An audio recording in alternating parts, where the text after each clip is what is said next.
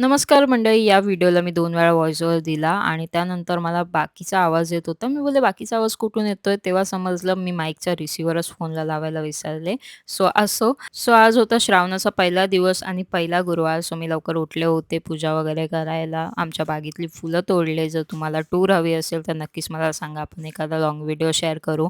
आणि त्यानंतर मी छोटीशी रांगोळी काढायला घेतली होती.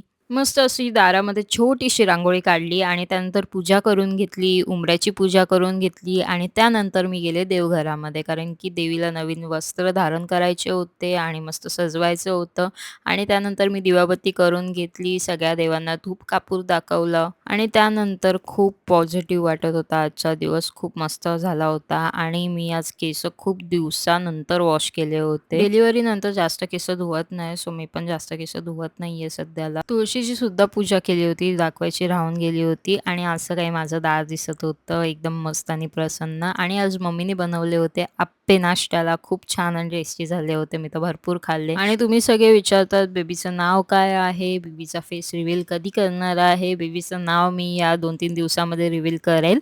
आम्ही सध्या त्याला घरामध्ये लाडाने बोलतो ते. आणि फेस रिव्हील मी गणपतीमध्ये करणार आहे. सो तवसपर्यंत तुम्हाला थोडासा वेट करावा लागेल. त्यानंतर बेबीला झोपवलं. भरपूर साऱ्या गोष्टी तुमच्यासोबत शेअर करायच्या आहेत. त्यानंतर मी बेबीचे छोटे-छोटे कपडे जे त्याला आता नाही होते ते बाजूला काढत होते आणि मग दुपारी गेले होते बाहेर कारण की मला साड्या, ब्लाउज वगैरे टाकायचे होते. भरपूर सारे झाले होते आणि गणपती येणार आहेत. आता भरपूर सारे सण आहेत. रक्षाबंधनसुद्धा येणार आहे.